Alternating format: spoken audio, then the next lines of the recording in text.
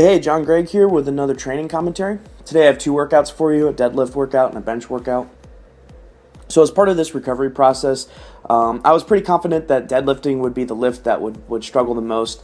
You know, the procedure focused mostly on my lower back, upper glute area, which is very taxing in the deadlift. So I was pretty confident that it would be a little bit of a struggle to get this back. You know, my strength seems like it's there. It's just it's a little sore to move that movement.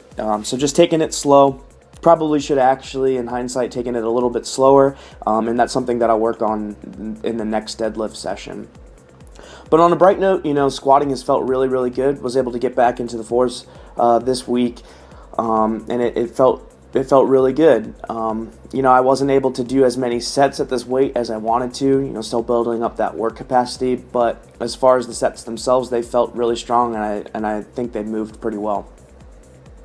So as you may or may not notice, I picked up a pair of Olympic lifting shoes. Basically, it's just a shoe with a raised heel.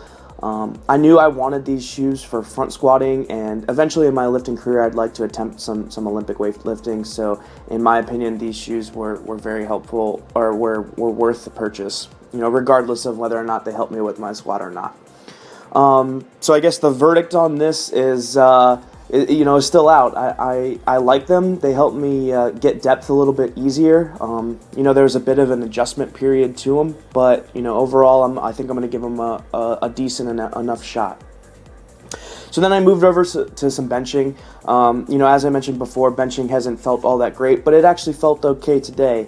A little tendonitis in my elbows, so I threw on the elbow sleeves for some of my later sets. You know, just to keep them warm and to help. I don't know if these elbow sleeves necessarily help so much with the lift as much as it just keeps my elbows warm, so I don't feel that guilty using them as much as what I'm using here, the slingshot. You know, when I use the slingshot, I feel a little guilty because it's a lot easier than a raw bench press. But, you know, I find this to be a great training tool for me. It's a real big confidence booster.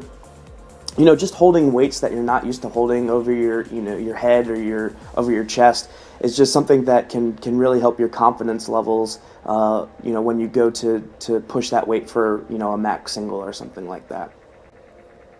All right, well, that's going to wrap it up for this training commentary. Thanks for watching, and I'll see you on the next one.